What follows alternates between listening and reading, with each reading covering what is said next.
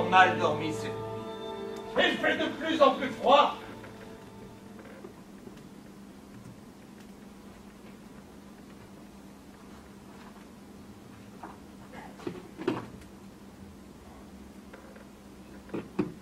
Le ciel est encore bouché aujourd'hui. Vous voulez faire ce temps au-dessus de l'Angleterre?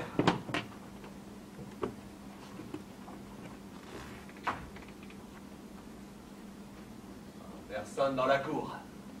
Ce n'est pas encore l'heure de sa promenade.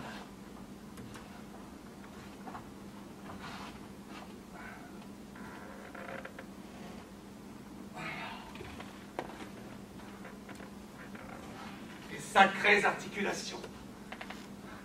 Cette humidité me fait souffrir.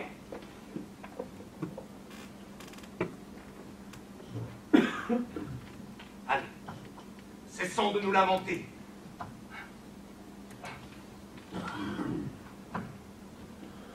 Relisons ces papiers.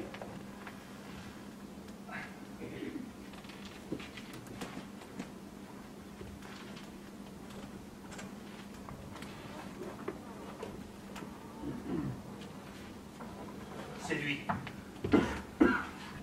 Léon! Léon!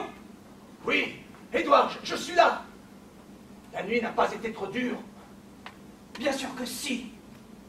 Nos ennemis nous traitent bien mal. Cette prison est indigne de notre époque. Aucun chauffage. Des murs qui suintent, des cafards qui courent sur le sol.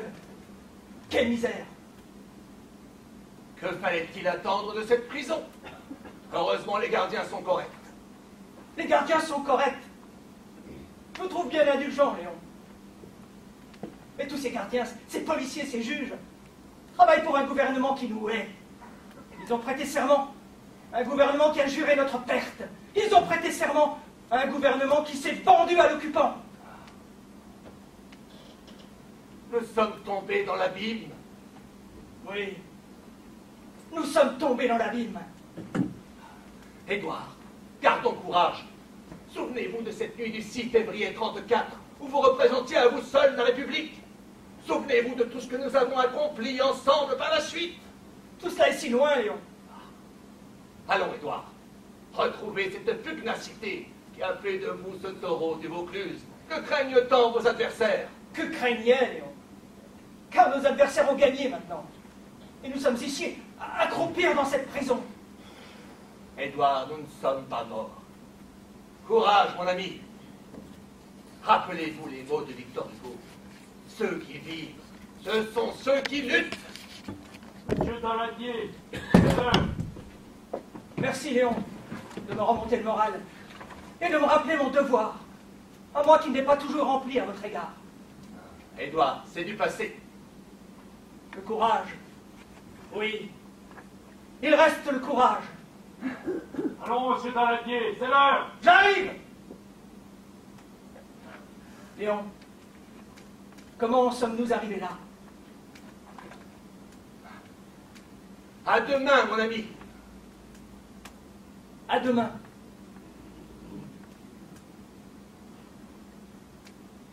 Comment sommes-nous arrivés là? Oui. Comment sommes-nous arrivés là? C'est notre procès. Le procès de la République. Elle pense avoir abattu la gueuse, mais elle n'a pas dit son dernier mot. Nous serons là, en première ligne, pour la défendre. Ah, ils ne nous ont pas pardonné leur grande peur.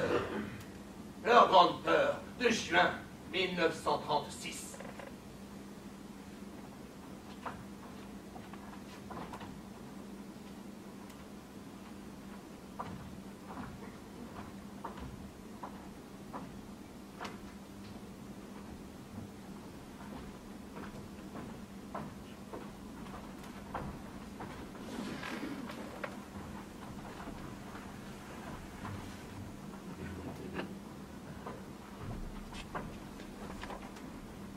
Que fait donc cet animal de Duchemin? Alors est grave, bon sang. Voilà, camarade Saint-Lingro. Ah, voilà Duchemin. Alors où en est-on? Bonjour, Sergent. Oui, bonjour Duchemin. Alors quelle est la situation? 2 500 000 grévistes. 2 500 000. À Paris, les ouvriers ont cessé le travail, ils occupent les ateliers. Toutes les usines de la région parisienne sont en grève. Chouot, voilà le moment que nous attendions tous. Oui, jamais la classe ouvrière n'a été dans une telle position de force. Les usines occupées, 2 500 000 travailleurs derrière nous, qui espèrent et nous soutiennent. Une force irrésistible, une véritable marée. Bon, les patrons n'ont qu'à bien se tenir. Quelle catastrophe. J'ai rencontré ce matin 20 patrons de la métallurgie, tout est bloqué chez eux. Et aucune branche n'est épargnée, aucune ville de France n'échappe à cette vague de grève. Toute l'industrie est donc paralysée alors. Toute l'industrie, les bâtiments, les travaux publics, et aussi les assurances et les grands magasins. On n'avait jamais vu ça. Et les ouvrières de la haute couture, les bouchers, les représentants de commerce, les coiffeurs, les mariniers, tous se sont mis en grève. Chouot, j'espère que les ouvriers sauront se tenir tranquilles. C'est maintenant au tour du gouvernement de faire son travail. Et les mines du chemin, mes mines. Et mes Assyries, vous vous rendez compte, mes Assyries. C'est la révolution bolchevique. Et cet illuminé de Blum qui ne veut pas faire intervenir la police pour évacuer nos usines. Non, surtout pas. Le sang devait couler, c'est nous qu'on tiendrait pour responsables. Non, Blum n'est pas un agité. Sa proposition est la seule alternative. Je sais. Négocier avec la CGT sous la férule du gouvernement. Ah, j'enrage de devoir céder ainsi. Il y a ce foutu programme du Front Populaire. Mais que fera votre Blum si ses amis communistes en demandent plus? Ils vont nous imposer le gouvernement des soviets. J'en ai déjà parlé avec le camarade Blum. Ces grèves sur le cas sont totalement spontanées. Vous êtes ministre de l'Intérieur, vous le savez aussi bien que moi. Pas un seul mot d'ordre. On est dépassé. C'est un mouvement unique. C'est la grève générale. Et croyez-moi, ils ne vont pas lâcher le morceau. Et nous non plus.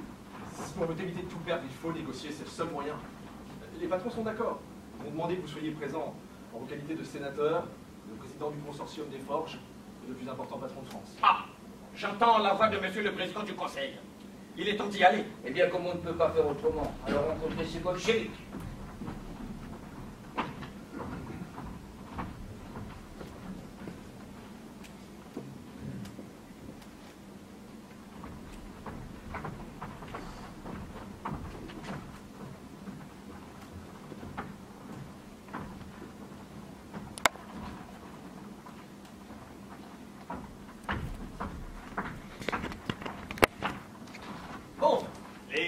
Collective, les délégués ouvriers et la reconnaissance du droit syndical étant maintenant acceptée par les représentants patronaux, passons au dernier point. Monsieur le Président, avant d'aborder ce dernier point, je tenais à vous faire part du mécontentement de tous les patrons, dont les usines sont occupées et les machines confisquées par les ouvriers.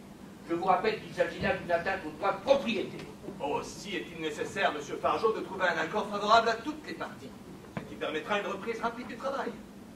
Monsieur le ministre de l'Intérieur, quelles sont les dernières nouvelles des occupations des îles? Eh bien, monsieur le président, il n'a été signalé aucune dégradation. Les ouvriers entretiennent les machines. Pas de débordement non plus. Les seuls débordements que l'on m'a signalés sont des débordements de joie. Les ouvriers entretiennent. Les ouvriers attendent les résultats des négociations. Bien, merci. Le comportement exemplaire des ouvriers devrait vous rassurer, messieurs. Aucune atteinte n'a été portée à l'appareil de production. Bon, je laisse la parole aux représentants de la CGT. Très bien. Nous souhaitons qu'aucune sanction ne soit prise contre les grévistes. Aucune sanction. Et puis quoi encore? Le droit de grève, Monsieur Fargeau, est reconnu dans notre pays par la loi du 25 mai 1864. C'est juste, Monsieur le Président, mais nullement l'atteinte à la liberté du droit du travail. Les ouvriers ont le droit de faire graver autant qu'ils le veulent, mais chez eux, ils n'ont pas le droit d'empêcher les autres de travailler en bloquant nos usines. Vous désirez donc que le gouvernement fasse intervenir la force publique pour évacuer les usines? Dois-je donner de telles instructions à Monsieur le ministre de l'Intérieur? Surtout pas, Monsieur le Président, surtout pas. Aucun patron de France ne le souhaite. Et c'est heureux, Monsieur Duchemin, car le gouvernement n'a nulle intention de faire couler le sang. Alors, messieurs, Monsieur Jouot demandait qu'aucune sanction ne soit prise à l'encontre des grévistes. Monsieur le Président, nous acceptons cette revendication. Monsieur Jouot, vous pouvez continuer. Il reste maintenant la question de l'augmentation des salaires. C'est la question qui préoccupe le plus les travailleurs. Je m'en doute. Mais avant que vous annonciez la couleur, mon collègue et moi-même souhaitons que soient d'abord évoquées les conséquences de ces augmentations sur la vie de nos entreprises. Il faudrait d'abord évoquer les conséquences sur la vie des ouvriers de l'augmentation des profits que vous distribuez à vos actionnaires. Ce n'est pas ce sujet qui nous intéresse, Monsieur Frachon, mais bien vos revendications salariales. Mais les deux sont liés, Monsieur Fargeau, car ces profits colossaux que vous et vos semblables percevez, c'est le fruit du travail des ouvriers. Il ne faudrait pas l'oublier, et il serait temps qu'ils en aient leur part. Revenons à ce pourquoi nous sommes réunis. L'augmentation de salaire des travailleurs. Et nous sommes ici pour écouter vos revendications et pour nulle autre chose. d'abord les propositions des représentants de la CGT avant de les contester. Oui, nous sommes ici pour trouver une solution, oui. Mais j'aimerais d'abord, et j'insiste, que l'on veuille bien évoquer les conséquences de ces augmentations sur le fonctionnement de nos entreprises. Messieurs, à votre légitime interrogation, je réponds que ces augmentations ont un effet bénéfique sur la consommation, donc sur la relance de l'économie dans son ensemble. Messieurs les délégués syndicaux, vous pouvez continuer. Nous proposons une hausse de 10% pour les salaires les plus élevés et de 15% pour les plus faibles. Ni plus ni moins. Vous voulez rire, monsieur Jouot? Le pouvoir d'achat des ouvriers n'est pas un sujet qui me fait rire, monsieur Fargeau. Ces montants sont inacceptables, à moins que vous ayez l'intention de nous pousser à la ruine. Avec de telles augmentations, nous ne pourrons plus payer nos fournisseurs, ni même faire fonctionner nos usines. Vous devriez vous renseigner un peu plus sur les charges qui pèsent sur nos entreprises. Et vous, monsieur Fargeau, vous devriez vous renseigner un peu plus sur les charges qui pèsent sur vos ouvriers. En ce qui vous concerne, on connaît vos profits colossaux. Mensonge, exagération. Mensonge, le nombreux châteaux que vous possédez. Je ne vois pas le rapport. Monsieur Jouot, modérez un peu vos exigences. Nous proposons une augmentation de 5% pour les salaires les plus élevés et de 8% pour les plus bas. Voilà qui est plus raisonnable. Et encore. Et on n'est pas venu ici pour accepter qu'on donne une aumône aux travailleurs. Une aumône? Mais vous avez le sens de la formule. Faut-il vous rappeler pour la énième fois que nous ne sommes pas en mesure d'appliquer des fausses augmentations que vous exigez? Messieurs, je crois que vous n'êtes visiblement pas suffisamment au courant de la réalité de ce que gagnent vos ouvriers. Sous-entendez-vous que nous sommes des ignorants? Le savez-vous? Je ne suis pas venu ici pour me faire insulter. Revenons, si vous le voulez bien, à votre revendication dont les montants sont un peu excessifs. Excessif, mais totalement démentiel, lui. Nous proposons une augmentation de 5% pour les salaires les plus élevés et de 8% pour les plus bas. Impossible, monsieur Duchemin. Le coût de la vie est devenu trop élevé. Les prix du pain, du lait, de la viande n'ont pas cessé d'augmenter, alors que les salaires n'ont pas cessé de baisser. Nous ne pouvons pas accepter votre proposition. Ce doit être 10 et 15%. Et pas moins. Alors je vous le dis tout net, c'est non.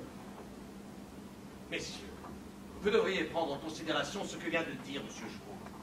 Depuis 4 ans, la baisse des salaires générales dans notre pays a engendré de très dures conditions d'existence pour bien des travailleurs. Vous ne pouvez pas l'ignorer. La baisse des salaires, est-ce notre faute à nous si nos entreprises ont été frappées de plein fait par la crise? Les montants que vous exigez sont inacceptables. J'ai pas vraiment l'impression que la crise frappe les habitants des beaux quartiers qui roulent en Rolls. Je rejoins ce que dit mon collègue, nous pouvons supporter des augmentations qui feraient poser des charges trop lourdes pour les entreprises. Que pensez-vous de 6 et 9%? Bon. Mais je crois, Frachon, que nous n'y couperons pas.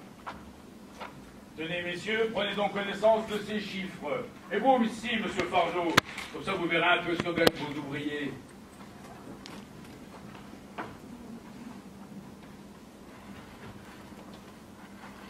Alors, messieurs, les chiffres sont éloquents, n'est-ce pas?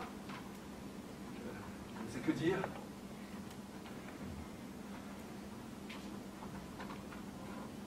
Et c'est pour ces pays misérables qui permettent à peine de payer le loyer et de se nourrir que les ouvriers travaillent comme des bêtes de somme. Et tout ça en fonction du rendement, sous la surveillance constante du contremaître. Eh bien, messieurs, vous semblez étonnés par les chiffres que vous avez devant les yeux. Comment est-ce possible? Comment avons-nous pu laisser faire cela? Nous avons manqué à notre devoir en laissant les choses aller ainsi, n'est-ce pas, M. Fargeau? Bien. Eh bien, je vois que la démonstration est éclatante. L'éclaircissement que vous nous avez apporté, messieurs, va nous permettre de reprendre la négociation sous de meilleurs auspices. Monsieur Jouot, pensez-vous que la dernière fourchette d'augmentation proposée par M. Duchemin soit susceptible de satisfaire les ouvriers? Sûrement pas, monsieur le Président. Les patrons doivent faire plus d'efforts s'ils veulent que le travail reprenne. Et seront mécontents si leurs revendications ne sont acceptées qu'à moitié. Donc voilà une belle argumentation. Un chantage doublé d'une menace.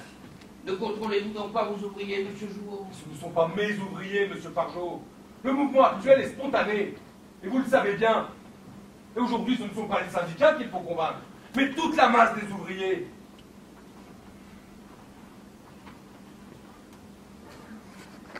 Bien. Pour parvenir à un accord, nous acceptons que les salaires les plus bas soient augmentés de 15%. Et nous proposons une augmentation de 7% pour les salaires les plus élevés. Nous ne pouvons pas faire plus, je vous assure. C'est un gros effort que nous concentrons là.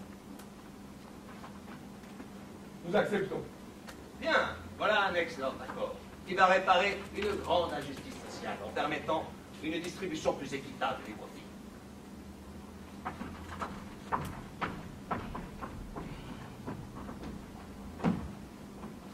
pas trop mal passé. À vous trouver du chemin. Ça va être ridicule, les amis, éviter les faire. Je dirais même que nous l'avons échappé belle. Nous l'avons échappé belle. Nous conservons nos usines, les ouvriers vont prendre le travail. Nous sommes juste quittes pour des bénéfices moins importants. Je ne sais pas si je dois vous admirer pour votre philosophie ou vous plaindre pour votre naïveté. Nous avons dû céder car le rapport de force était en leur faveur. Voyez-vous ce que cela veut dire? Que les élections étaient en notre défaveur et que nous avons tout de même rectifié certaines injustices. Certaines injustices.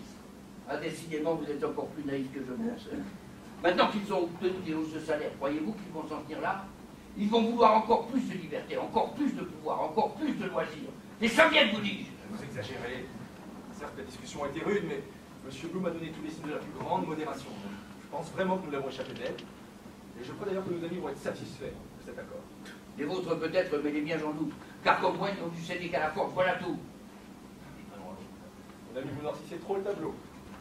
Ce soir, nous avons une assemblée extraordinaire et vous y êtes conviés. On doit vous quitter à présent.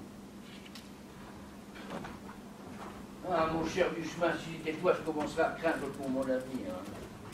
Ce Duchemin, quel chiffre-bol. Et ce Blum, avec ses petites lunettes rondes et son regard piégeux. Ah, il nous a bien trompés lorsqu'il nous a rencontrés à la Banque de France. J'ai besoin de vos capitaux pour accomplir ma grande œuvre réformatrice et la relance de l'économie, qu'il disait. Tu parles. Ah, il n'a pas changé depuis 20 ans. Il est toujours vendu au bolchevisme international. Ah, que j'envie les patrons allemands. Ah.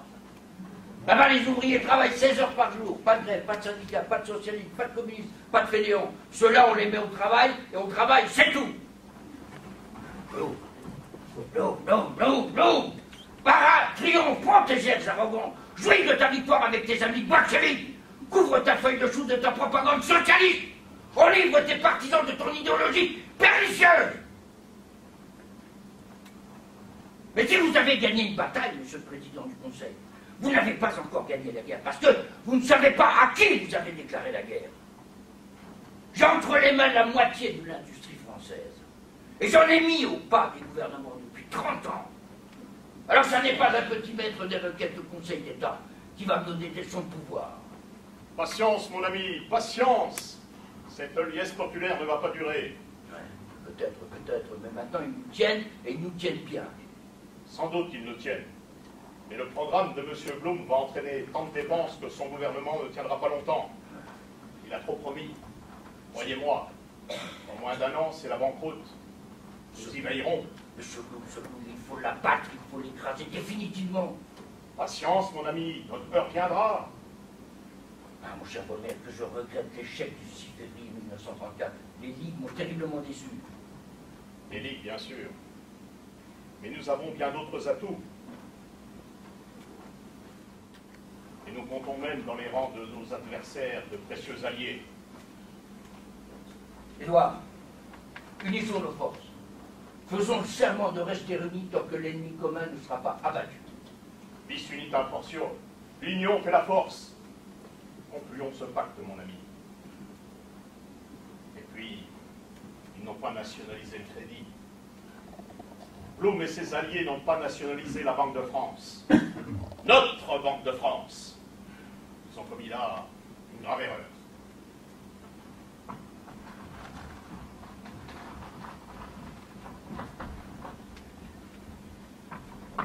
Congés payés, votez à l'unanimité. Convention collective, Votez semaine de 40 heures. Ce fut plus difficile. mais votez. Une grande victoire pour la classe ouvrière. Une grande victoire pour le peuple français. Ce sera ma fierté d'avoir modifié la vie du peuple à l'usine et hors de l'usine. C'était un rêve. Maintenant, c'est une réalité. Quand je pense à Jaurès, à ces 30 années de combats farouches, quel chemin parcouru! Notre victoire est à la fois celle des Français et celle des ouvriers. De tous les travailleurs jouaux, pas uniquement des ouvriers. Il ne faut pas oublier tous les autres. Les paysans, les artisans, les employés. C'est-à-dire la grande masse des électeurs de notre parti. Oui, comme la grande masse des ouvriers représente la grande masse des électeurs du Parti communiste et de la SFIO. Messieurs, nous ne querellons pas pour de telles considérations. Nous savons tous que le Front populaire est un contrat passé entre la classe ouvrière et la classe moyenne. Exactement, camarade Blum. Aussi, il ne faut pas oublier la classe moyenne. Elle ne sera pas oubliée, Edouard. Dès demain sera proposé à la Chambre le projet de loi pour la création d'un office du blé, ce qui permettra de réguler les cours. Ainsi qu'un autre pour la prolongation de la scolarité jusqu'à 14 ans. Ainsi que la dissolution des ligues fascistes. N'oublions pas, mes chers camarades, que nous sommes unis après le 6 février 34, contre le danger fasciste. D'ailleurs, Thorez, c'est bien dommage qu'il n'y ait aucun ministre communiste dans ce gouvernement. Pourquoi avez-vous refusé d'y participer? Vous savez bien, j'étais pour, mais le comité central a voté contre. Et nous, camarades communistes, on se charge du ministère des masses. Alors faites en sorte qu'il y ait de la discipline dans votre ministère. Il y en aura, si le gouvernement fait correctement son travail. C'est aussi simple que ça. Et croyez-moi, nous y veillerons. Ne pourrait-on pas aller plus loin? Tout le peuple est derrière nous. Ne serait-ce pas le moment de donner plus de pouvoir financier au gouvernement en nationalisant la Banque de France? Ce n'est pas possible. Cette mesure n'est pas prévue dans le programme. Je suis étonné par votre frilosité, camarade Thorez. Moi qui pensais que vous, communistes, étiez pour les nationalisations. Mesure révolutionnaire par excellence. Camarade Jouot, il n'a jamais été question pour nous, communistes, de faire la révolution en rejoignant le Front populaire. De toute façon, le camarade Staline a été clair. Pas de proposition qui pourrait effrayer la classe moyenne. Je suis d'accord avec Thorez. Il n'est pas question pour nous de faire voter des lois pour lesquelles nous n'aurions pas donné notre signature. Et puis, nationaliser la Banque de France. Non. Je refuse de soutenir une telle mesure révolutionnaire. Mon ami, je comprends que dans la fièvre de notre victoire, vous brûliez de pousser plus avant les réformes vers une société socialiste. Mais nous n'avons pas été élus pour cela. Pourtant, Blum, ne croyez-vous pas que tout est possible? Non, mon cher Jouot, tout n'est pas possible, justement. Allons, Jouot. Nous n'allons pas recommencer nos discussions. Il faut respecter ce que vous avez signé avec nous. Ne voyez-vous pas que tout est possible? Tout le peuple est en marche, derrière nous, qui nous soutient. Mais ne voyez-vous pas que tout est possible? Jouot, on s'était mis d'accord pour un programme limité et précis. Seule est prévue la nationalisation des industries d'armement. Non, non et non. Vous devez respecter le texte que vous avez signé avec nous. Et pourtant, Blum, cette mesure permettrait de libérer le gouvernement de la tutelle des banques. Peut-être. Mais mon ami, soyez raisonnable. Aucun de nous n'a le droit de profiter du pouvoir pour faire appliquer des mesures qui n'ont pas été proposées aux électeurs. Ce serait malhonnête envers ceux qui ont voté pour nous. Exactement. Et puis, Léon, il ne faut tout de même pas oublier que le gouvernement du Front populaire est un gouvernement de coalition. Notre but n'est pas de faire surgir la révolution. Nous avons fait le serment de réaliser le programme du Front populaire. Rien que le programme. Maintenant que les lois sociales ont été votées, elles vont être appliquées. Jouot, je pense qu'il serait enfin temps de faire cesser les grèves. Ne croyez-vous pas que vous devriez parler aux ouvriers? Les ouvriers, qui ont tant de fois été floués par le passé, attendent que soient signées dans leurs usines les conventions collectives. Ils attendent que les augmentations de salaire soient effectives. Et les promesses, ils connaissent. Maintenant, il faut que le patron signe. Et c'est pour ça qu'ils ne relâchent pas la pression. Messieurs, les ouvriers voient que le gouvernement accomplit sa mission. Aussi, je vous demande de les exhorter à reprendre le travail dès que les accords sont entrés en fonction dans les usines.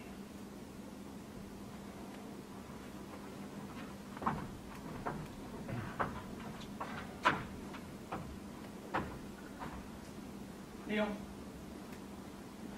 il est temps que ces grèves qui paralysent notre pays s'arrêtent. Je dois avouer qu'elle commence à me contrarier. Je me demande si ces grèves ont été aussi spontanées qu'on a pu le dire. Je me demande si Jouot et Thorez n'étaient pas derrière tout ça. Et quoi? Vos insinuations sont déplacées. D'abord, de nombreux patrons n'ont pas encore signé les accords Matignon. Ensuite, nos deux amis ont bien compris l'importance du retour à la normale. Ils vont exhorter les ouvriers à se remettre au travail.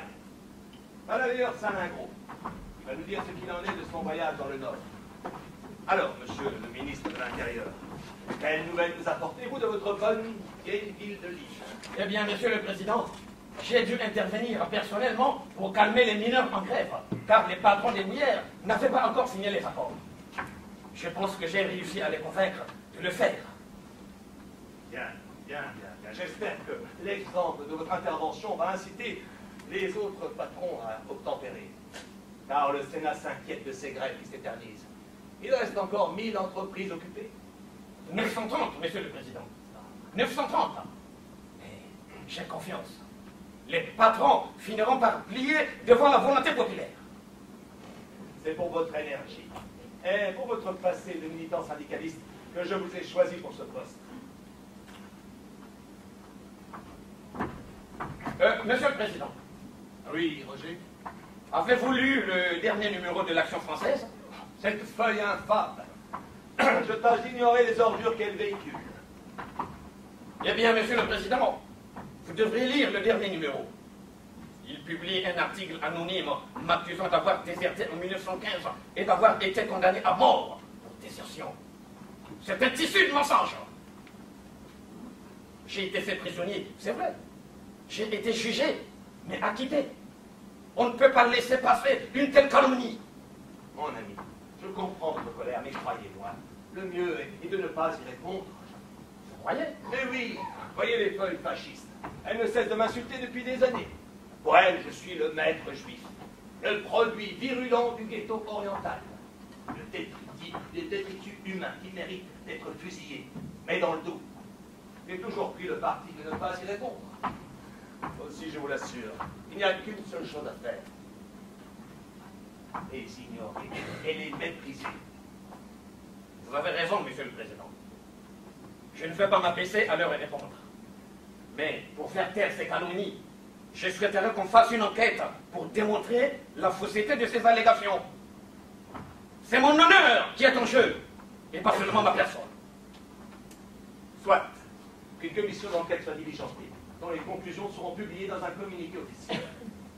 Ainsi, Roger, vous serez innocenté, définitivement.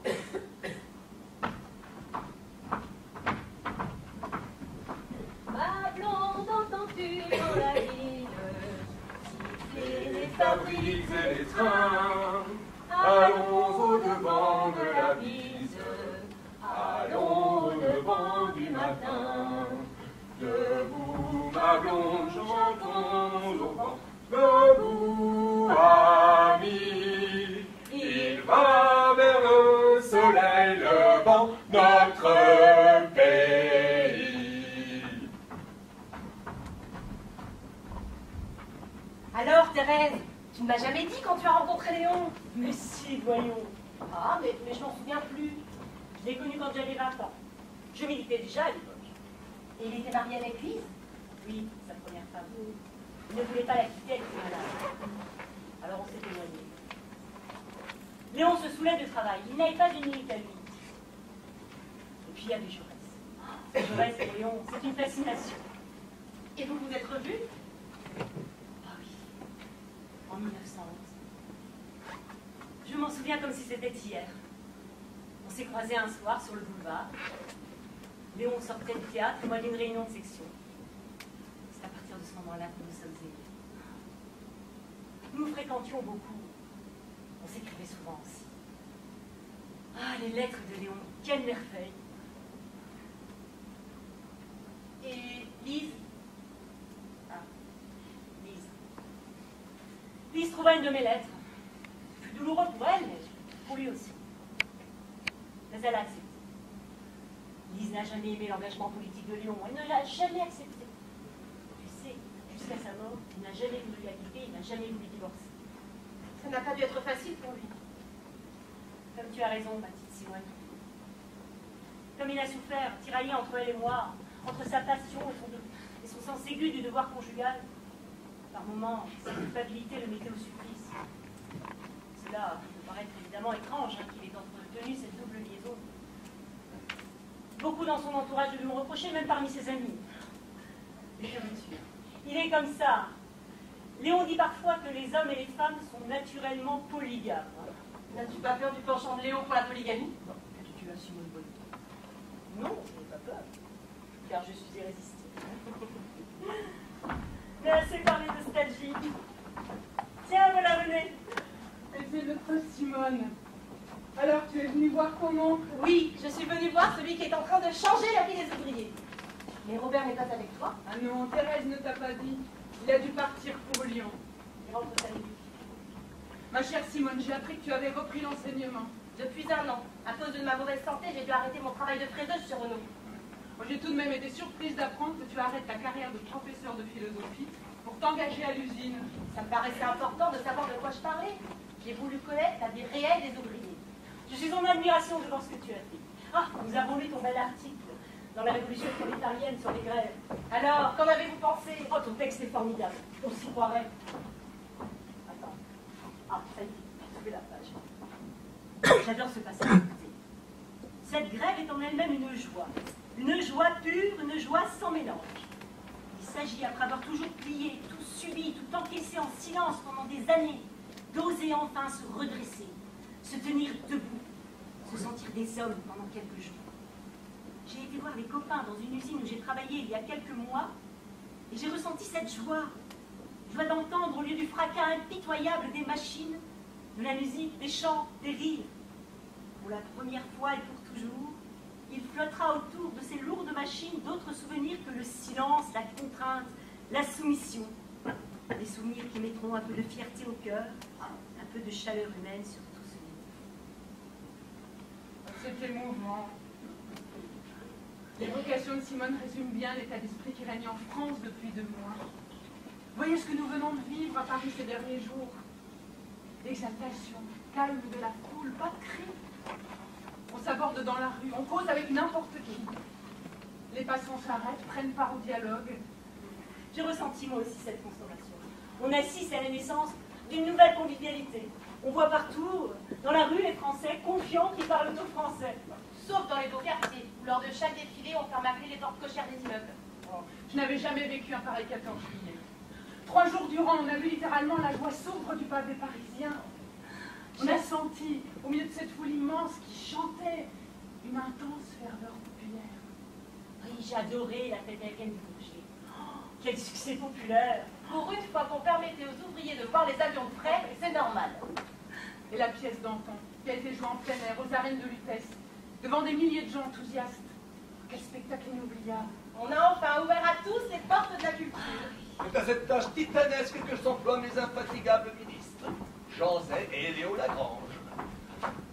Je vois que toutes ces dames sont là. Nous profitons du calme des premiers jours du mois d'août pour vous rendre une petite visite. Ah oui, oui René, tout est calme dans notre pays. C'est le premier été que je ressens ainsi depuis très longtemps. Oui, Paris est calme. Surtout que beaucoup d'ouvriers sont partis en vacances pour la première fois de leur vie. Ah, voici sans doute l'œuvre dont je suis le plus fier. Les congés payés. J'ai la joie de faire plaisir. J'ai enfin fini de trier le courrier du jour. Il arrive par sac entier ces derniers temps. Depuis que Thérèse a bien voulu assurer mon secrétariat, elle se tue à la tâche. Elle tient à répondre à tous ceux qui m'écrivent. Tu exagères. Non, je ne crois pas. J'étais tout de même très fatigué ces derniers jours. Ah, c'est passé. Depuis que, C'est de fièvre. depuis que tu es à Matignon, nous vivons à un rythme effréné. Ménage-toi tout de même. Allez, Thérèse, allez-vous nous lire ces lettres, nous brûlons de la patience. Je ne sais laquelle choisir. Ah, Elles sont celle si que tu nombreuses. veux. Quelques cartes postales alors. Ah tiens, celle-là, elle provient de Pouliguen. Elle est adressée à monsieur le citoyen Blum. Vive les vacances et honneur à Léon Blum, signé un ouvrier reconnaissant. En voici une autre qui a été postée au Sable d'Olonne. Merci, monsieur Blum. Grâce à vous, j'ai vu la mer avant de mourir. Et une autre encore d'un vieux monsieur de 70 ans. Je vais enfin connaître la montagne. Oh, Qu'y a-t-il, ma chérie? oh, cette carte. Écoute Léon, c'est une petite fille qui l'a écrite. Merci monsieur Blum. Je vais pour la première fois connaître ma grand-mère parce que papa va m'y conduire. Ah, voilà des témoignages bien émouvants, Thérèse. Ah, si Jaurès était là pour les entendre. Voilà qui récompense de tant d'années de lutte et de sacrifice. C'est la première fois qu'ils prennent le temps de vivre. Ces vacances rachètent le chagrin de toute une vie. Alors, Léon, tu es en train d'accomplir une véritable révolution. Une révolution tranquille, sans violence, sans fusil. Mais une révolution tout de même. Tu as raison, Simone. Une véritable révolution. Et le plus important, tu vois, c'est qu'à ces vies difficiles, on a ouvert un avenir. On a créé chez eux un espoir.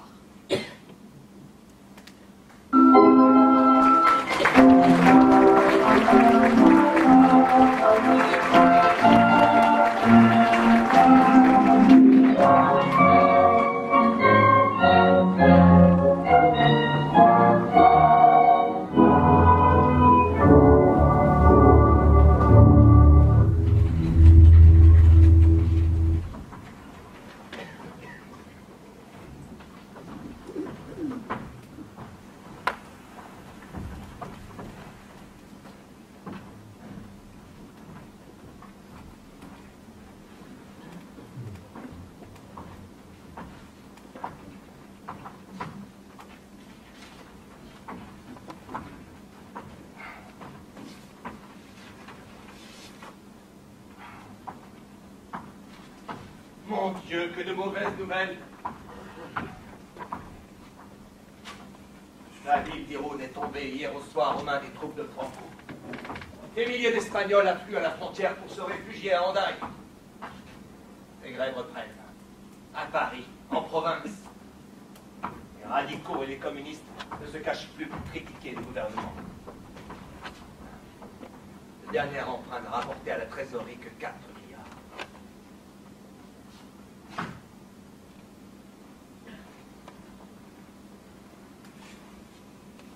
Bonjour, mes amis. Monsieur, je vous écoute.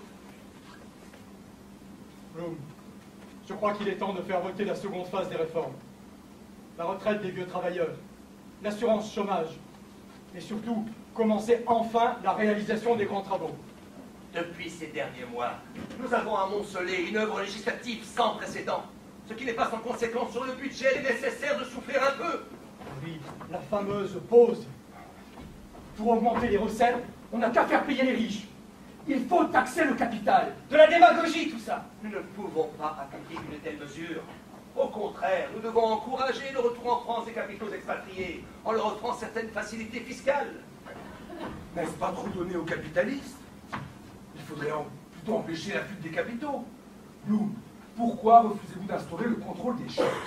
Impossible, Jouot. Nous nous isolerions par rapport à nos alliés anglo-saxons. Je suis moi aussi totalement opposé à cette mesure liberticide.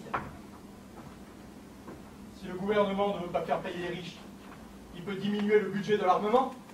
14 milliards, c'est énorme. Ce budget est nécessaire pour la modernisation de notre armée. N'êtes-vous pas au courant que l'Allemagne d'Hitler est en train de procéder à un réarmement sans précédent? Torres, vous qui êtes un fervent antifasciste, vous ne pouvez qu'approuver le renforcement de notre armée face à la menace militaire de l'Allemagne d'Hitler et de l'Italie mussolinienne. Blum, vous parlez de lutter contre le fascisme, mais votre politique de non-intervention en Espagne est indigne de l'antifascisme. Torres, nous en avons déjà parlé, c'était la seule alternative. Et nous avons livré à la République espagnole toutes les armes que nous pouvions.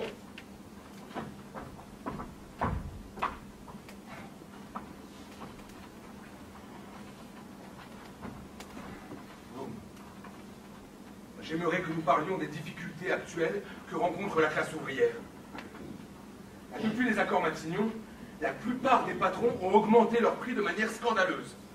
Résultat, la classe ouvrière se retrouve comme avant. La classe ouvrière... La classe ouvrière, la classe ouvrière. Mais vous n'avez que ces mots-là à la bouche, ma parole. Et les paysans, et les artisans, et les commerçants, ils sont ulcérés par les 40 heures payées 48. Trop de charges. La classe moyenne, qui a voté pour le Front Populaire, faudrait voir à pas l'oublier. Édouard, nous ne l'avons pas oublié. Mais pourtant, elle a l'impression d'être oubliée et de payer les pots cassés. Édouard, vous devez faire comprendre à vos électeurs que la pause permettra une reprise de la croissance économique au bénéfice des artisans, des commerçants, des paysans. La pause était nécessaire, j'en conviens. En attendant, les ouvriers dégustent. Je suis d'accord avec le camarade Jouot. Le bénéfice des hausses de salaire de juin a été annulé par les augmentations scandaleuses des prix qu'ont pratiquées les patrons. C'est vrai que certains grands industriels ont artificiellement majoré les prix de vente de leur production. De l'augmentation du prix du pain, de la farine, des légumes, de la viande. C'est aussi à cause des grands industriels. On se demande si vos petits commerçants, vos paysans, n'ont pas augmenté leur prix par jalousie, pour contrer les hausses de salaire des ouvriers. Thorez, comment pouvez-vous parler ainsi des petits commerçants et des paysans, alors que c'est vous qui avez imposé à vos camarades socialistes l'application brutale de la semaine de 40 heures? C'est pour la contrebalancer que les patrons ont augmenté leur prix. Édouard, la semaine de 40 heures était dans le programme, elle devait être appliquée. Oui, mais graduellement et non en bloc, pour satisfaire vos amis communistes qui attisent les grèves avec leurs camarades de la CGT. Ce ne sont pas les communistes qui attisent les grèves, mais les patrons, en refusant d'appliquer les accords Matignon. Ni la CGT, je suis d'accord avec le camarade Thorez. Vous, les communistes, vous n'avez toujours pas renoncé à l'épreuve de force. Et c'est pour quand la prise d'assaut des usines, hein? C'est pour les entraîner à la guerre civile que vous poussez vos camarades à se battre en Espagne? Vous osez parler de guerre civile, alors que vos amis radicaux souhaitent la victoire de Franco? C'en est trop! Accusez le parti radical de soutenir les fascistes, alors que c'est moi qui ai fait voter la loi d'armement pour protéger la France des États fascistes! Ça, c'est du vrai pacifisme. Pour un ministre du Front populaire, je vous félicite. Mais il est vrai que vous êtes ministre de la guerre. Vous osez parler de pacifisme? Vous, le bat en guerre, qui exhortez les ouvriers à prendre les armes! Quoi? J'en supporterai pas davantage, monsieur le président du Conseil! Messieurs, je vous en prie. Tout de même, Blum, c'est pas une façon de parler. Je vous en prie, Maurice, calmez-vous. Et vous aussi, Édouard. Monsieur le secrétaire général du Parti communiste français a dépassé la mesure. Et monsieur le ministre de la guerre, peut-être pas? Les attaques de nos adversaires ne sont-elles pas suffisantes pour menacer le Front populaire? Faut-il que vous leur apportiez votre aide en vous querellant de la sorte? Mais enfin, Blum, les paroles de Thorez. Tout de même, Blum, Daladier a dépassé les bornes. Messieurs, auriez-vous oublié qu'il y a 1 an, nous avions fait le serment solennel de rester unis? Vous avez raison, Blum. Cessons de nous bouffer le nez. Mais tout de même, ne tardons pas trop à appliquer la suite du programme. La pause dure depuis un peu trop longtemps. Vous avez raison, Léon. Nous surmonterons ces difficultés financières avec méthode et sans précipitation. Justement, il faut songer à assurer l'indépendance financière du gouvernement en appliquant les réformes nécessaires. Nationalisation des banques, du crédit et des industries clés. Mon ami, cela devient une idée fixe. Vous savez très bien que nous avons été élus pour appliquer le programme du Front populaire, et rien que le programme. Tout le programme, mais rien que le programme. Daladier, vous avez raison de vous opposer au contrôle des changes. Ne suis-je pas en train de fragiliser le gouvernement? Voyons, Édouard, n'oubliez pas à quel parti vous appartenez. Je le sais, Caillou. Mais n'oublions pas que nous sommes les descendants de ce tiers-État qui a fait la République. Voilà de belles idées. C'est bien d'en avoir. Mais avant tout, il ne faut pas oublier la réalité. Que voulez-vous dire? Que je suis un illuminé? Je ne suis pas dans les nuages, moi. J'ai les pieds sur terre, moi. Depuis 2 ans, j'ai l'impression que vous délaissez ceux qui forment la base de notre parti. Cette paysannerie qui est le cœur de notre pays, ces artisans qui en font la richesse, cette classe moyenne qui en est l'esprit. Je le sais, inutile de me le dire. Et si d'aventure vous veniez à l'oublier, vos électeurs s'en chargeraient, comme ils n'ont pas manqué de le faire. Je le sais. Et dois-je vous rappeler notre dernier congrès à Biarritz? Inutile. Les représentants des petits patrons qui ont critiqué la passivité du gouvernement à leur égard. Je sais. Et cette dévaluation qui pèse surtout sur les rentiers, les pensionnés. Je le sais aussi bien que vous. Et cette profusion de drapeaux rouges partout. Les radicaux n'ont pas voulu cela. Je le sais, bon Dieu, Joseph. Inutile de me le rappeler. J'ai retenu la leçon de Biarritz. Édouard, ne croyez-vous pas qu'il est temps d'en finir avec ces occupations d'usines, avec ces grèves qui laissent croire que le pays est bolchevisé?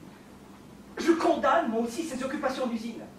Et j'ai rappelé à Blum que notre parti veut la réalisation du programme, et rien de plus. certes, mais pas au prix de nouvelles dépenses ruineuses. Que voulez-vous dire? Ces 14 milliards votés pour le budget de la guerre, était-ce bien raisonnable? Ces dépenses d'armement sont nécessaires. Comment compterez-vous assurer ces dépenses quand l'État sera en banqueroute? Pardon? Eh oui! Comment comptez-vous assurer ces dépenses? Cela est du ressort du ministre des Finances. D'ailleurs, l'arrêt momentané des réformes doit permettre le renflouement de la trésorerie. Bien sûr. La pause. Mais n'oubliez jamais, mon cher Édouard, l'équilibre budgétaire.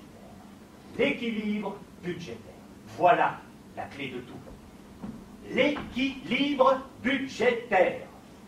Je maintiens que ces dépenses d'armement sont nécessaires. Et je serais un bien piètre ministre de la guerre si je ne veillais pas à la modernisation de notre armée. Bien évidemment, monsieur le ministre de la guerre, vous faites bien de ne pas oublier votre devoir. C'est certain.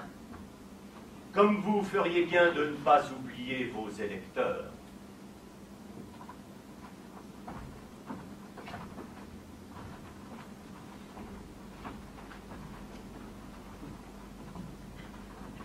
Bonjour, mon cher Caillot. N'était-ce pas à Daladier que vous parliez à l'instant? Si, monsieur Fargeau. Alors, mon cher sénateur, la loi d'armement de votre ami Daladier va grever fortement le budget de l'État. Je lui ai bien fait comprendre que c'était une erreur. Que pensez-vous de ces rumeurs de taxation sur l'argent que l'on sent gronder du côté des cocos et des socialos? Monsieur Fargeau, vous savez que je me suis toujours opposé à toute atteinte fiscale au capital. Nous savons combien vous êtes une personne raisonnable. Les funestes réformes du gouvernement Blum ont asséché les finances de l'État. Mais j'ai des amis fidèles dans le gouvernement qui s'opposeront à toute tentative d'atteinte fiscale au capital, comme ils se sont opposés à toute forme d'intervention en Espagne. Et ils ont bien fait. Il n'est pas question que la France fasse tuer ses soldats pour aider ces bolcheviks du Frente Populaire. Du Frente Crapula, vous voulez dire. Moi, Caillot, j'ai confiance en vos amis du gouvernement, mais en ce qui concerne le Parlement... Les députés radicaux soutiennent toujours le gouvernement, mais de plus en plus de sénateurs le critiquent ouvertement. Serait-il prêt à vous suivre si vous décidiez, au moment opportun, de joindre votre voix au nôtre pour barrer la route à Blum? Messieurs, je vous le garantis.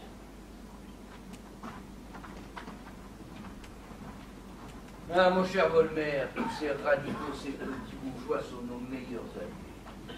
Ils auraient fousse de tous les diables de perdre leur petit capital. La peur du bolchevisme, voilà ce qui va les transformer en ennemis farouches du Front populaire. Dites-moi, Edouard, êtes-vous d'accord avec la date que je vous ai proposée? Oui, j'en ai parlé aux représentants de la haute banque. Ils seront présents. Et de votre côté? Allez, les plus importants représentants du patronat et de la droite seront là. Et il y aura Laval aussi. Ses amis. Blum, nous allons tâcher des coups de grâce.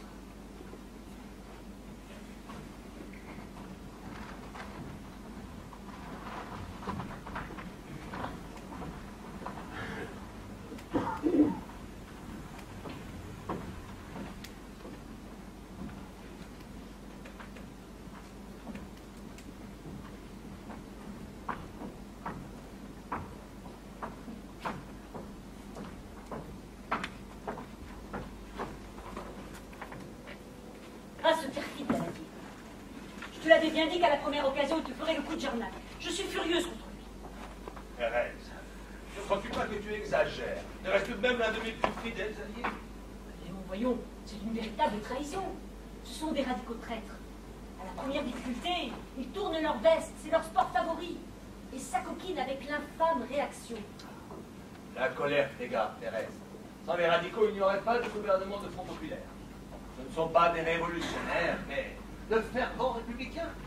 Il n'empêche que les fascistes gagnent tous les jours du terrain en Espagne, malgré les appels à l'aide de nos amis républicains. Ceci est un autre problème, Simone. Simone n'a pas tout à fait tort.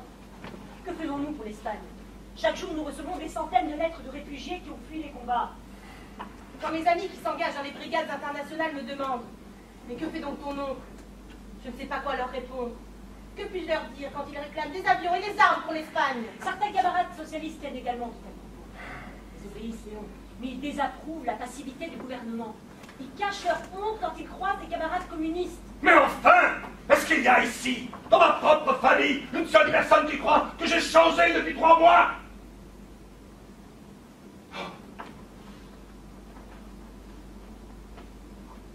Est-ce que vous croyez qu'il n'y a pas un seul de vos sentiments que je ne comprenne pas? Quand je lisais comme vous le récit de la prise d'Irun et l'agonie des derniers combattants, croyez-vous par hasard que mon cœur était moins déchiré que le vôtre? Vous savez bien que je suis toujours le même. Est-ce que vous croyez que j'ai été subitement destitué de toute intelligence, de toute faculté de réflexion? Non, personne ne pense ça. Même pas tes pires ennemis. Si le gouvernement du Front populaire était intervenu militairement en Espagne, il se serait disloqué 8 semaines après sa constitution. Ne pouvant pas intervenir militairement, nous avons proposé une solution de non-intervention. Une solution politique pour aider la République espagnole tout en préservant la paix. Jamais, jamais je ne m'abandonnerai à la plus funeste des idées. L'idée de la fatalité de la guerre. N'empêche que les nazis allemands et les fascistes italiens continuent à livrer des avions et des chars pour Franco. Mais Simone, tu sais bien que le gouvernement laisse passer par la France du matériel soviétique à destination de l'armée républicaine. Que crois-tu? Moi aussi, je souffre tous les jours de ne pouvoir aider plus nos amis espagnols. Et je dois tenir compte de certaines alliances cruciales pour notre pays, comme celle de nos alliés anglais, qui désapprouveraient une intervention en Espagne. Des compromis, des concessions. Mais la politique n'est-elle donc faite que de cela? Est-ce suffisant pour contrer le fascisme qui triomphe au-delà de nos frontières? Est-ce suffisant pour stopper dans notre pays la contre-offensive de la réaction? Simone a raison. Il n'y a pas qu'en Espagne que la réaction intervient. Chez nous aussi, elle a retrouvé son antique arrogance. Je sais, nos ennemis n'ont pas des armées. Mais ils ont fait pire que cela. Ils ont décidé de t'abattre. Pas un jour sans qu'un de leurs torchons ne publie contre toi un appel au meurtre. Pas un jour sans qu'on reçoive chez nous des lettres de menaces. N'est-ce pas cette réaction qui a financé les ligues fascistes qui ont provoqué les émeutes sanglantes de Clichy? N'est-ce pas cette réaction qui, à force de calomnie, a forcé ce pauvre Roger Salengro au suicide? Thérèse, pour Clichy, nous n'avons pas les preuves absolues. Je suis enragée contre ces fascistes. Je suis furieuse contre tous ces radicaux traîtres qui menacent de démissionner sans arrêt. Pendant ce temps, les policiers trouvent un engin explosif près de notre appartement. Et ce type qui t'a lancé cette bille de verre qui est passée à 2 centimètres de ta tête. Non, je n'en peux plus de toute cette haine, toute cette violence. Un jour, Léon, un jour, ils te tueront. Ma chérie, qu'as-tu? Ce n'est rien. Juste un malaise. Le surmenage de ces derniers mois, sans doute.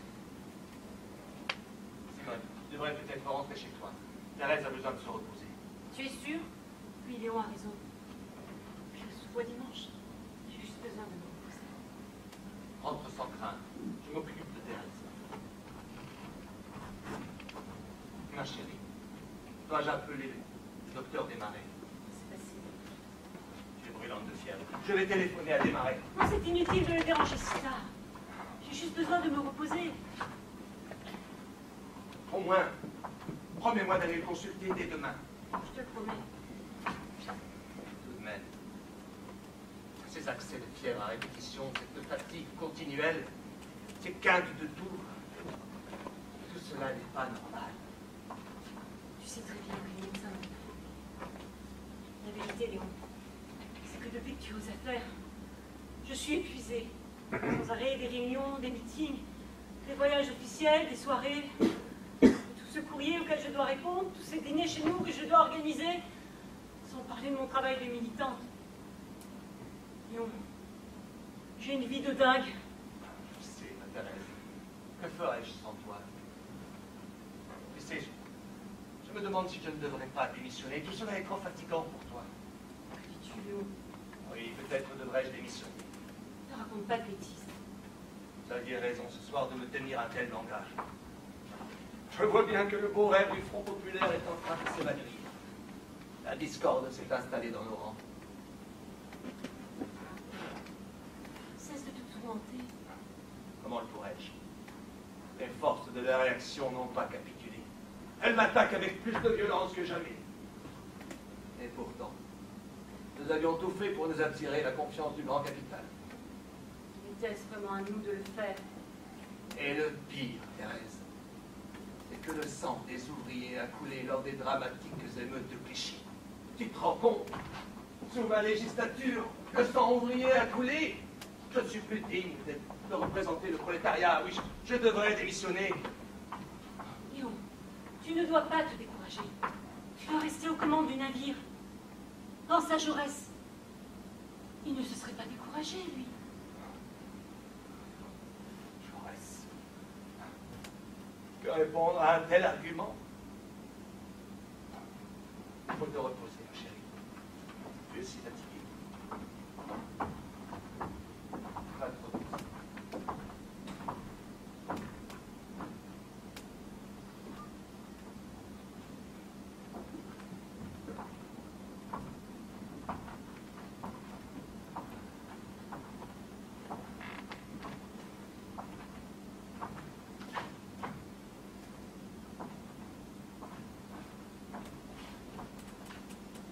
Jaurès,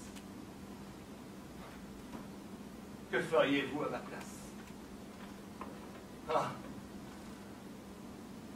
si vous pouviez me répondre.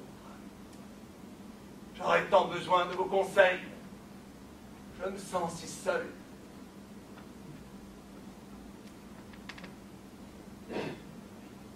Léon.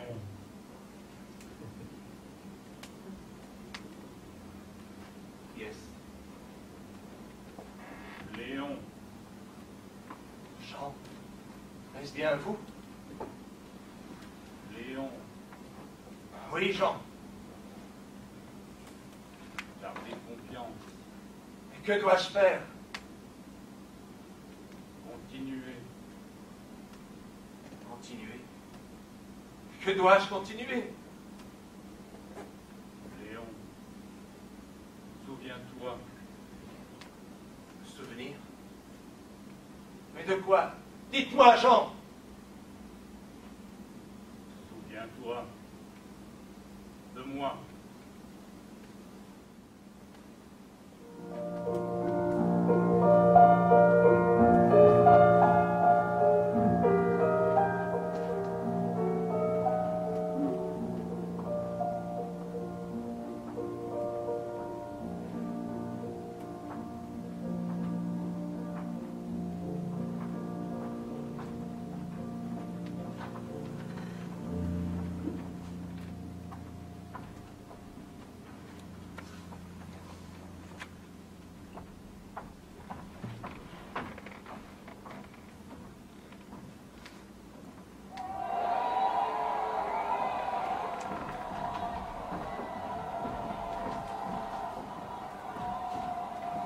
Les sénateurs sont déchaînés.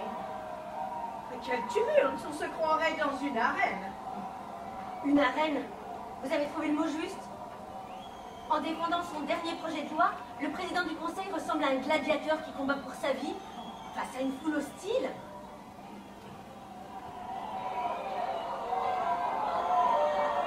Et il a cette fois-ci affaire à porte partie. Et quel est donc ce projet qui suscite une si véhémente désapprobation?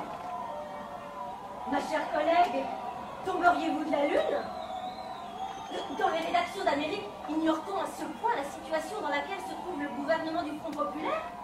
Non, bien sûr. Mais nous ne sommes pas aussi bien informés que vous.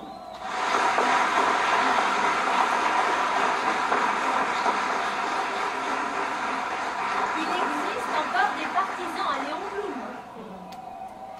Depuis 15 jours, le gouvernement subit une offensive sans précédent. L'or et les capitaux se taillent. La trésorerie d'État est à sec.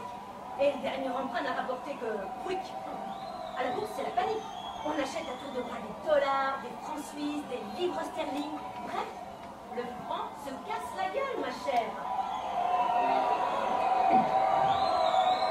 Là, ils sont vraiment déchaînés.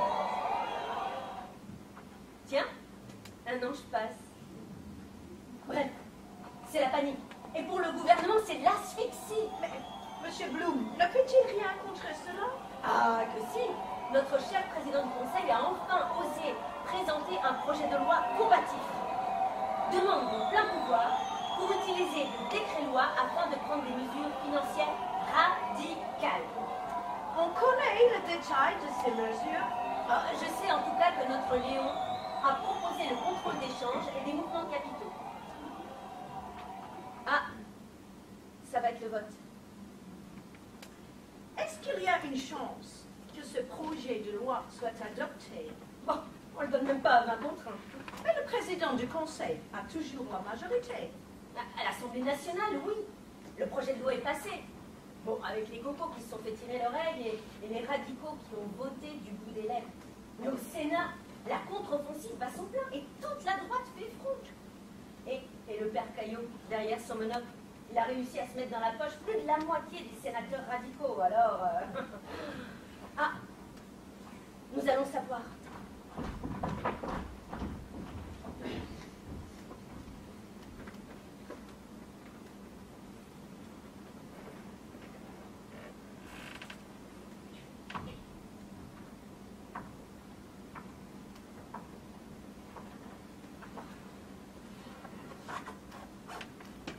Le Sénat ne m'a pas suivi. Les radicaux m'ont lâché.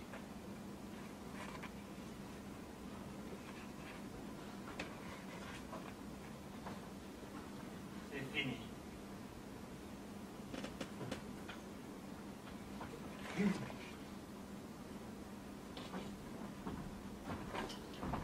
Vous avez fait ce qu'il fallait, Édouard. Je me demande si je n'ai pas trahi le Front populaire. Bien sûr que non. Vous vous êtes dégagé d'une alliance funeste. Mais tout de même... Et vos électeurs, Édouard? N'oubliez pas vos électeurs. Non, je vous assure, vous avez pris la bonne décision, croyez-moi. Ils vous seront reconnaissants d'avoir écarté la menace bolchévique. Vous avez raison. Mais tout de même... J'ai le sentiment d'avoir abandonné Léon Blum. Vous avez surtout abandonné une folle chimère qui était en train de mener le pays à la ruine. L'anarchie, c'est fini. Ce qu'il nous faut, c'est le retour de l'ordre. Vous avez raison. Le pays a besoin d'ordre et de discipline. Il faut remettre les Français au travail. Et tout cela, c'est vous qui allez l'accomplir, Édouard. Mais que va devenir le Front populaire? Tout ce que nous avons accompli n'était pas négatif. Il y avait tout de même des injustices à corriger. Maintenant que c'est fait, il est temps de retrouver vos vrais amis. Vous devez annoncer à vos électeurs que vous avez écarté la menace bolchévique. Édouard, n'oubliez pas vos électeurs. Oui. Je crois que j'ai bien fait. Mais oui. Vous avez accompli votre devoir.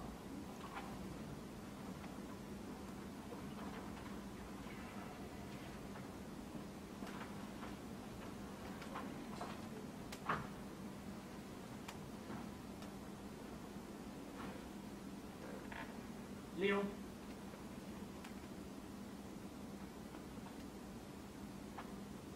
Comprenez-moi. Mes électeurs.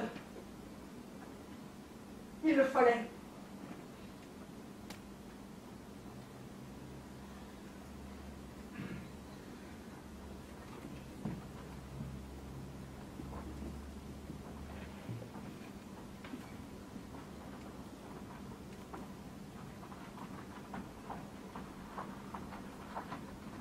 Alors, monsieur Caillot, vous avez bien manœuvré. Le Sénat vient de remporter une grande victoire. Messieurs les sénateurs, vous êtes satisfaits? Le gouvernement du Front populaire a été abattu. Monsieur Blum, la majorité des sénateurs a rejeté votre projet de loi. Ils ne sont pas responsables du devenir de votre gouvernement. Oui, Caillot, vous avez convaincu suffisamment de sénateurs radicaux pour qu'ils votent contre moi. Je n'ai pas dû user d'une bien grande force de persuasion, tant leur méfiance à l'encontre de votre politique était grande. Vous devez reconnaître que votre expérience est un échec cuisant. Vous avez tort. L'expérience que nous avons menée est loin d'être un échec. Nous avons rendu justice à des millions de travailleurs. Si, monsieur Blum, votre expérience est un échec. Gaspillage, gabegie, folle dépense, voilà ce qui a causé votre perte. Votre refus pathologique de l'équilibre budgétaire. Croyez-vous que nous allions occuper tout notre temps à assurer cet équilibre des Danaïdes? Nous avions un mandat du peuple, et le peuple réclamait justice. Blum, en juin 36, nous vous avions donné toutes vos chances. Mais votre expérience a mené le pays à la ruine. Ainsi se termine l'expérience Blum. Vous et vos amis du Sénat, vous ne pouviez pas vous opposer directement à nous. Aussi allez-vous patiemment utiliser d'autres subterfuges qui ont permis de saper notre politique.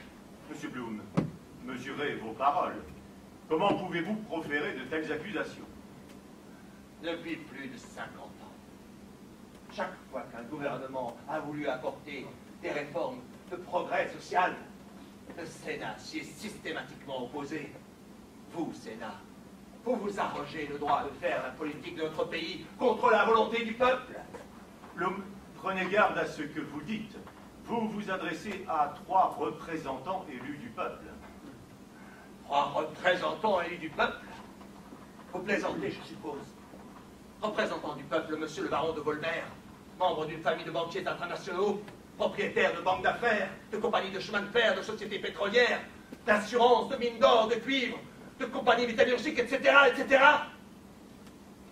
Représentant du peuple, monsieur Farchot, président du consortium des forges, grand baron du fer, membre du conseil d'administration de dizaines de sociétés industrielles et bancaires, propriétaire de la moitié des journaux de ce pays. Ça suffit, Blum, vous n'êtes pas à un meeting politique. Monsieur Farchot, je me demandais quand vous alliez sortir de l'ombre. Alors je présume que vous êtes satisfait du scrutin. Monsieur le Président du Conseil, je n'ai pas de compte à rendre. Et vous, monsieur le baron, le mur d'argent a de nouveau triomphé. Monsieur Blum, je vous en prie. Vous savez mieux que personne que l'argent est le moteur du monde. Sans l'argent, point d'investissement, point d'industrie, point de commerce. C'est grâce à nos fortunes que l'activité économique se développe de par le monde. Monsieur Blum, sans notre argent, il n'y aurait point de prospérité, point de société. Sans notre argent, ce serait l'anarchie, ce serait le retour à l'état sauvage. Sans l'argent, il n'y aurait pas de progrès. Car le progrès, en vérité, c'est nous. Vous êtes dans l'erreur. Le progrès n'est la propriété exclusive de personne. Il est l'héritage anonyme de l'humanité, car il englobe le labeur accumulé des générations précédentes. Le progrès, monsieur de Volmer, est le bien commun de l'humanité.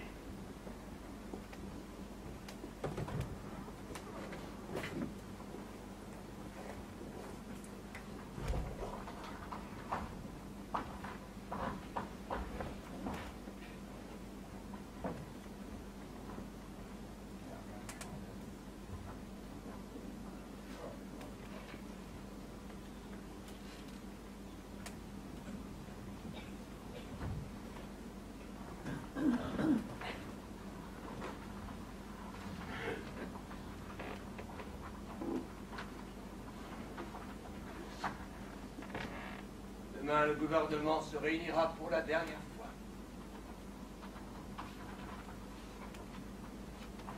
Je suis terriblement fatigué. Atterré devant les débris d'une œuvre rompue entre mes mains. Le bel été 36 n'est plus. Chérie, appuie-toi sur mon sort et je t'oublie. Qu'aurais-je fait sans toi? M'a apporté ton enthousiasme, ta force indomptable. Tu m'as tout donné, des années, ta santé. Pour quel résultat? Repose-toi, ma chérie. Ai-je eu tort d'avoir voulu me concilier les forces des puissances d'argent? Oui, Léon, tu as eu tort. Ma chérie, tu étais réveillée. Ne parle pas si cela te fatigue, tu dois te reposer. Oui, Léon, tu as eu tort de faire confiance à ces exploiteurs. Pourtant, tu sais comment ils pensent, comment ils agissent. Aurais-je été trop naïf? Mon grand citoyen, tu es trop bon. Tu as trop confiance en la nature humaine. Vois-tu? Combien de fois en avons-nous parlé? Le capital n'obéit qu'à une loi, celle de son intérêt. Tu as raison. Mais j'avais espéré... Espérer?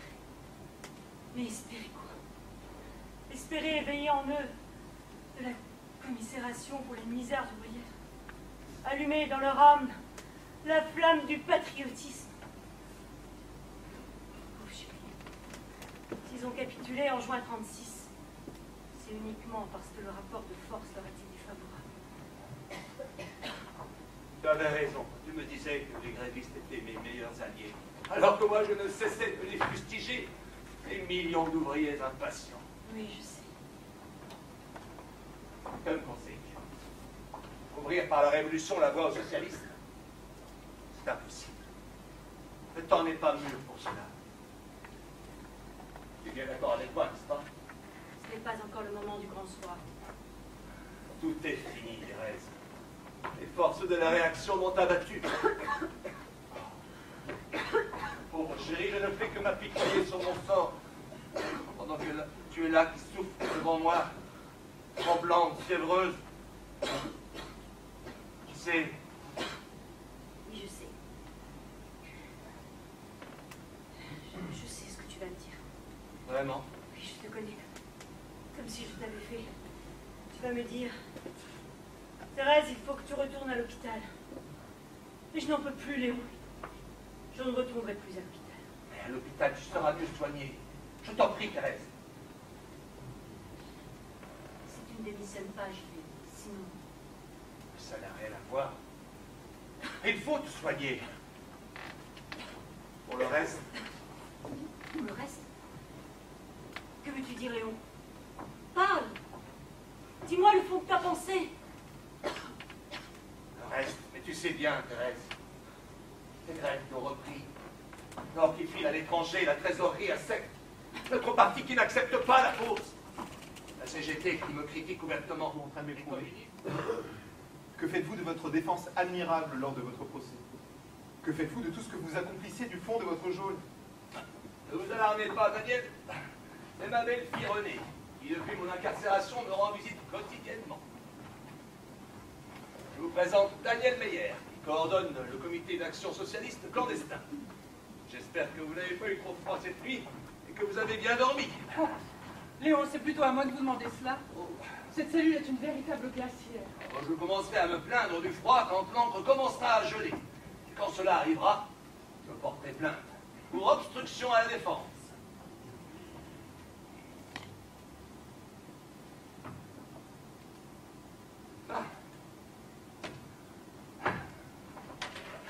J'espère que vous mangez bien. Oh, vous voyez, mon cher Daniel, couvé par tant d'attention, je ne risque rien quant à ma santé.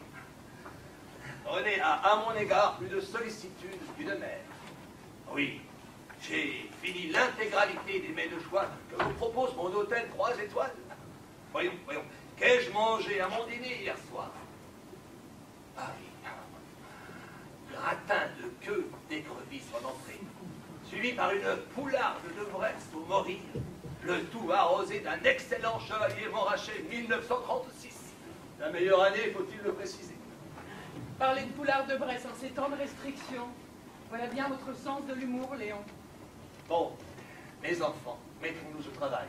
J'ai divers documents à vous confier. Tant que l'instruction de mon procès n'est pas close, agissons, semons, informons, envoyons. Car après, Dieu sait où je serai transféré. Alors, quelles sont les nouvelles de la presse? Regardez la première page. Les troupes allemandes viennent d'envahir la Russie, c'est inouï. Hitler attaquant la Russie. C'est terrible. Terrible pour les Allemands. Cette attaque représente pour Hitler le pire des dangers. On peut espérer que l'immense diversion russe rende la victoire finale d'Hitler presque inconcevable. Souvenons-nous de l'aventure napoléonienne. Ah, cette nouvelle m'a remonté le moral. Prenez, vous avez bien pu transmettre les derniers feuillets à nos amis? Rassurez-vous, Léon, ils ont été bien réceptionnés. Ils seront reproduits, distribués comme les précédents. Voici les 2 dernières feuilles que je viens de rédiger. Elles sont particulièrement importantes, car elles développent plusieurs idées cruciales à appliquer pour l'après-guerre. Tout ce que nous n'avons pas pu faire en 1936 et que réclame le pays. Quelles sont ces idées? La suppression des monopoles et des privilèges, c'est-à-dire la justice. La subordination des intérêts individuels aux biens publics, c'est-à-dire l'organisation collective de la distribution et de la production des ressources. Et la paix, c'est-à-dire l'ordre international. Daniel, vous partez à Londres bientôt? Oui, demain. Cela commence à sentir le roussi pour moi. Voici 2 lettres, très importantes, à l'intention de Churchill et de Roosevelt. Je leur écris que seul le général de Gaulle a l'autorité nécessaire pour regrouper autour de lui tous les éléments de la France démocratique et résistante. Vous donnez votre caution à De Gaulle? Tout à fait. Ne craignez-vous pas de sa part quelque ambition personnelle? Non, je le connais un peu pour l'avoir plusieurs fois côtoyé aux heures dramatiques de 1940. Je crois profondément à sa loyauté et à sa droiture. Je pense comme vous, Léon. Il est temps pour moi de vous quitter. Je ne sais pas quand nous nous reverrons. Nous reverrons-nous un jour d'ailleurs. Courage, mon ami. Ayons confiance. La France n'est pas encore vaincue. Oui, gardons confiance. Et bonne chance pour votre voyage à Londres, mon ami. Que Dieu vous garde. Vous aussi, Léon.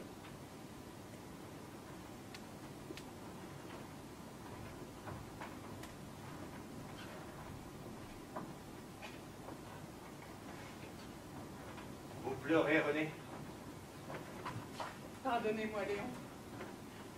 Avoir vu votre jeune ami partir pour Londres, nous ne reverrons peut-être jamais, m'a fait penser à... Vous a fait penser à Robert. Oui, Robert. Prisonnier en Allemagne. Moi aussi, je pense souvent à lui.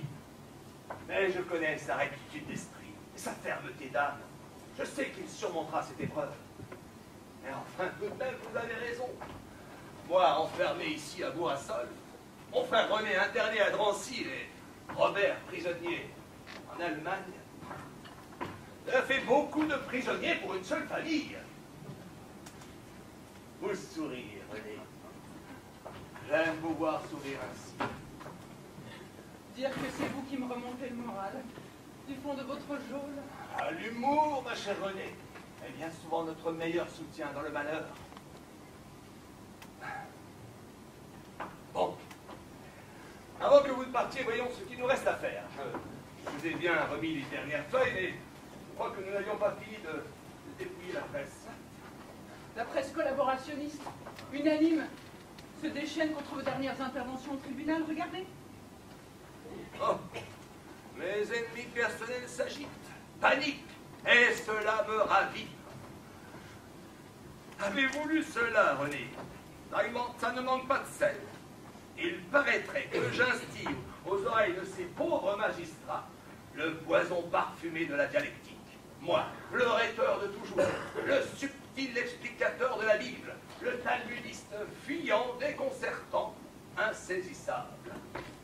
Je constate que le discours de ces messieurs n'a pas changé d'iota. Du fond de votre geôle, vous êtes en train de réveiller l'esprit qui animait le peuple de 1936. Mon procès est effectivement en train d'échapper à mes accusateurs. Oui, c'est ce qui m'inquiète. Vraiment, mais pourquoi? Ah, s'ils n'arrivent pas à vous condamner, que vont-ils faire de vous? J'imagine les pires choses. Rassurez-vous, René. Je suis déjà condamné. Ce cher maréchal Pétain a annoncé qu'il prendrait lui-même les sanctions contre les coupables. Avant même que le procès ne commence, Daladier, Gamelin et moi-même avons été condamnés à la sanction la plus sévère prévue par l'article 7 de la nouvelle Constitution. La détention à vie dans une enceinte fortifiée. Condamné avant d'être jugé, au mépris des règles les plus élémentaires du droit. Qu'attendre d'autre d'un État fasciste? Mon pauvre Léon. Ma chère René, je ne sais pas ce qu'il adviendra de moi dans les semaines qui viennent. J'ignore quelle sera la décision de ces messieurs à mon égard. Mais quoi qu'ils fassent, je leur dirai ceci. Vous pouvez bien sûr nous condamner, mais vous ne pourrez pas effacer notre œuvre. Vous ne pourrez pas nous chasser de l'histoire de ce pays.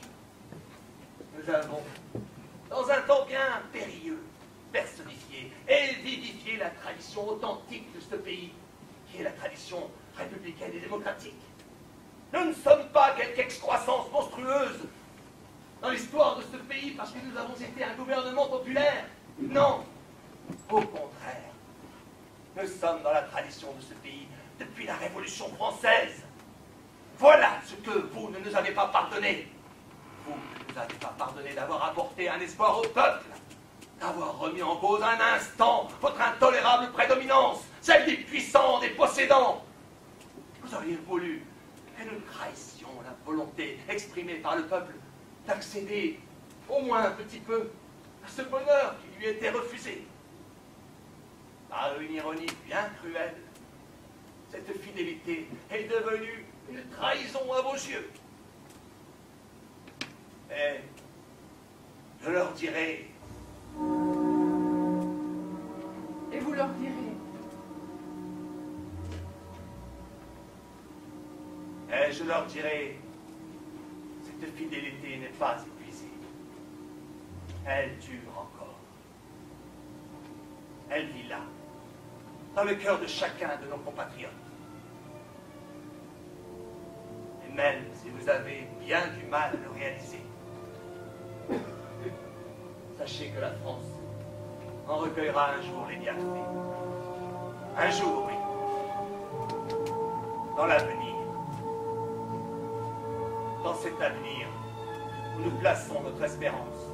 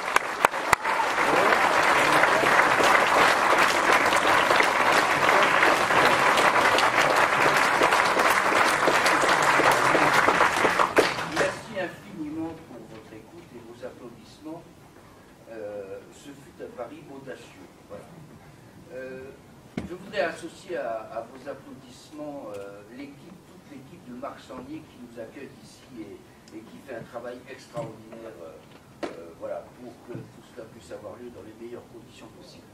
Je voudrais aussi remercier notre fidèle Jacotte qui est à la technique. Bravo Jacotte.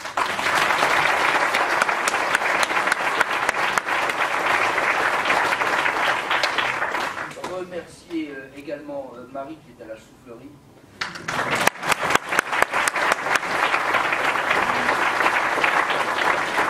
Et puis bien évidemment remercier et accueillir sur scène ici avec nous l'auteur de ce texte, l'auteur de cette pièce, Monsieur Laurent Sauzet, s'il veut bien dire.